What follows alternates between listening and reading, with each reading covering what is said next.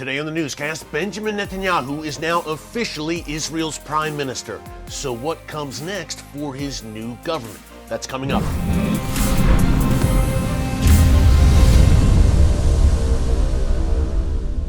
Hey folks, Eric Stakelbeck here. Welcome to the Watchman newscast. It is now official. Benjamin "Bibi" Netanyahu is Israel's prime minister once again. Bibi was sworn in today, Thursday, December 29th. This is his third run at the helm as Israel's leader. He's Israel's longest-serving prime minister. During his previous two runs, he served 15 years overall. Now he will lead Israel's 37th government, the 37th government since the miraculous reestablishment of the Jewish state in 1948. You may say, hey, what took so long? Bibi won the election back on November 1st, but folks, it then took several weeks to build a coalition, to hand out and decide on the various key posts in this new government. But they have it hammered down, and again, Bibi was sworn in today. He is Israel's prime minister. Some of the key posts that have been named: number one, defense minister, it will be Yoav Gallant. Number two, foreign minister, it will be Eli Cohen.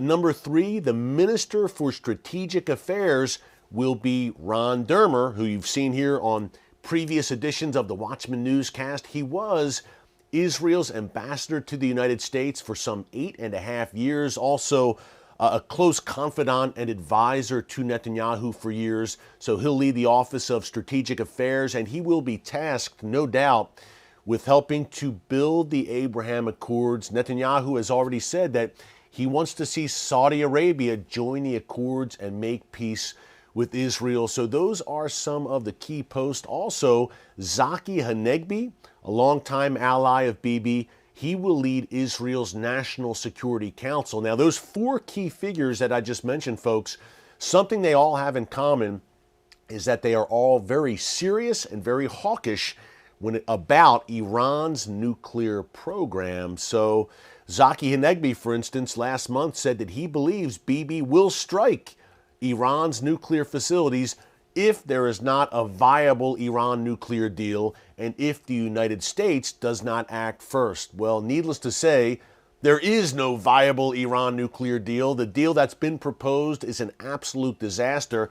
And secondly, we know that the Biden administration will not take military action against Iran's nuclear facilities. So that leaves Israel to deal with that problem. And Bibi has surrounded himself now in his cabinet with people of a like mind who see the severity of the Iran nuclear threat. So folks, stay tuned. Speaking of which, I recently sat down with the Prime Minister for a wide-ranging interview. It was posted here on the channel on December 22nd. You can find it under the Israel News category. The thumbnail says, Bibi's Plan for Israel.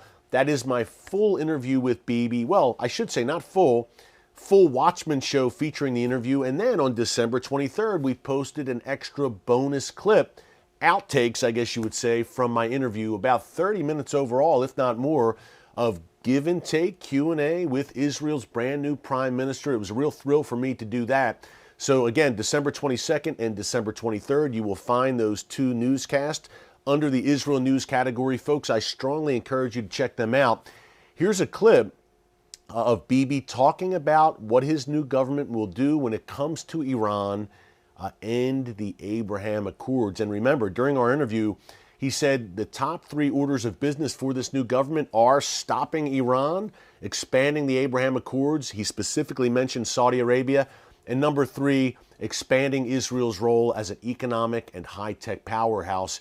Here is a snippet from my interview with Benjamin "Bibi" Netanyahu. When you look at Churchill, we mentioned earlier the gathering storm that your father saw, even your grandfather, Nathan, who was a great Zionist who you talk about in the book as well.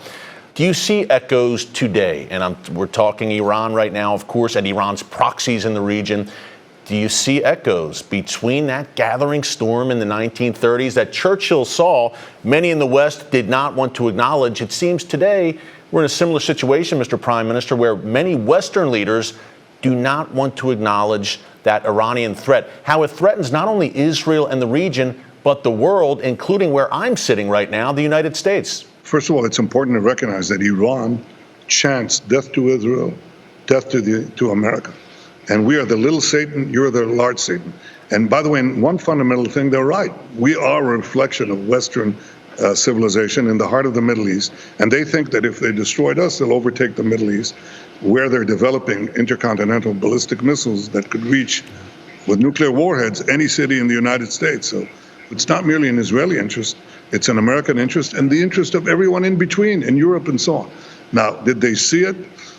Not recently, not until recently, but I have a feeling that there's a change in the way they perceive it. They're not rushing forward, I'm glad to see, in Washington, to rekindle this horribly flawed Iran deal, which would pave Iran's path with gold, with hundreds of billions of dollars of sanction relief on the way to a nuclear arsenal. Doesn't stop them, it just pays them to delay by a few years. There is only one way to stop a rogue nation from developing nuclear weapons. It's by a combination of crippling sanctions, and the most critical thing is a credible military option. And unless we have that threat with Iran, then yes, you will have that change. But here's what I sense the difference is. I've been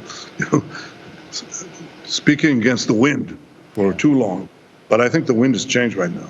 Because of the brave men and extraordinarily brave women of Iran who are dying in the streets, protesting their enslavement and subjugation, fighting for freedom, there is a coalition that is building across a wide spectrum of nations and political opinion that really sees Iran for what it is, a horrible regime, that if such a regime would have nuclear weapons and the means to deliver them worldwide, then yes, it would threaten the peace of the entire world and not just Israel. As you are entering another term at the helm, what are your goals with the Abraham Accords? Do you see real potential to expand the Accords?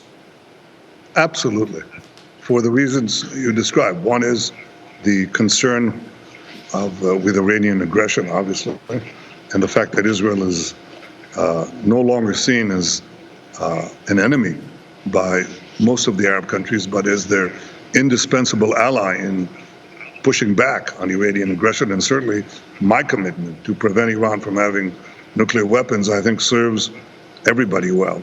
The second reason is also that Israeli technology, this juggernaut of innovation, helps the Arab populations as well in desalinization, in energy, in medicine, you name it, agriculture, in all these areas, the Arab populations stand to benefit as well. So for both reasons, I see a fertile field for expanding the peace beyond the historic four peace treaties that we have with the UAE, Morocco, Bahrain, and Sudan. And yes, I think Saudi Arabia would be, the Abraham Accords were a quantum leap.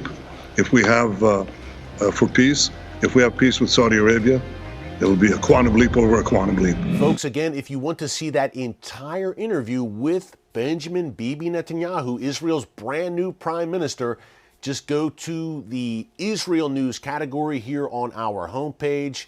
December 22nd and December 23rd, back-to-back portions of my interview with Benjamin Netanyahu. We strongly encourage you to check that out. He also talks about his great new book, Bibi, My Story, which he wrote in longhand. He is a brilliant man, and I believe that he is in the position as prime minister once again for such a time as this.